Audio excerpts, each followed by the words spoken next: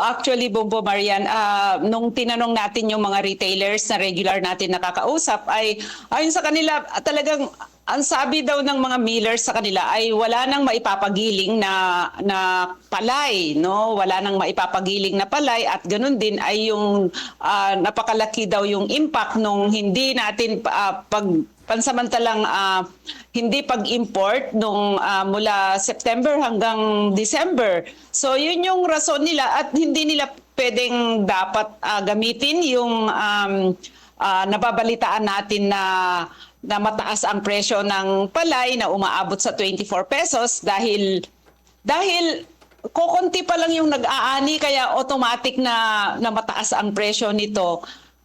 Kaya ganun na lang ang ating pagtataka dahil pagpasok talaga ng 2026 ay napansin natin na nawala yung 42, 45 at yun nga ay pumalo ng 50 yung pinakamababang presyo. Ganun din ay yung 48 pesos dun sa kanilang mga box na rice box sa palengke ay walang laman dahil sabi ng mga retailer ay mataas yung presyo ng dinedeliver sa kanila at katunayan ay umaabot ng 200 per bag yung increase nung nabibili nila na presyo na ng bigas. Kaya yung pagtaas ng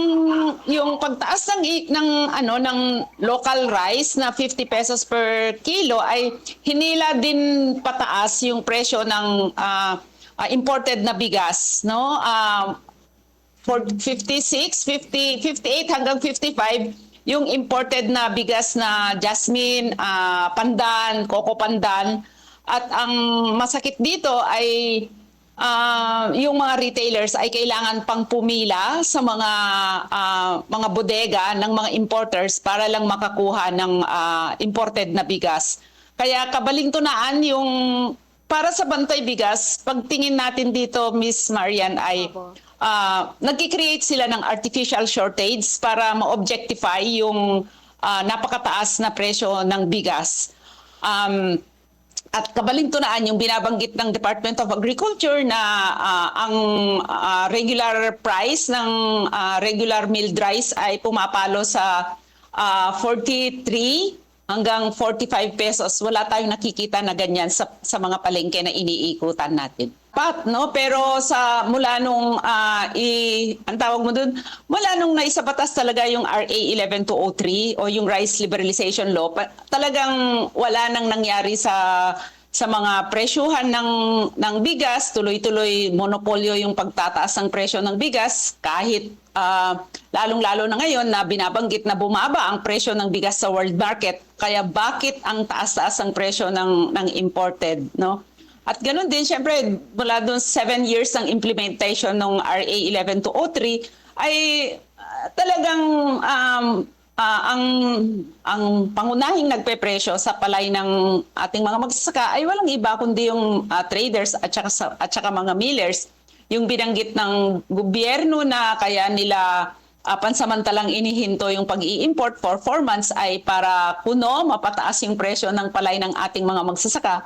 Pero konkreto yung karanasan ng ating mga magsasaka na mula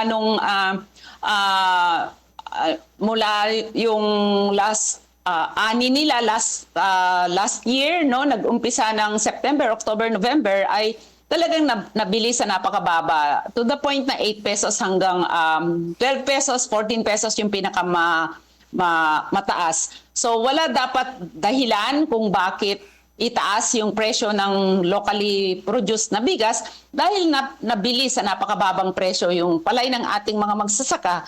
Ngayon, yan yung dinadahilan ng mga millers na wala nang stock na igigilingin, wala nang stock na gigilingin kung kaya nagkakaubusan sa bigas kung kaya napakataas. Actually, pagpasok ng 2026 ng January ay nakita na natin na nawala na yung 42 pesos. Nawala na yung 42 pesos. So, mga late January ay 45 hanggang sa nito na ay nawala na rin yung 48.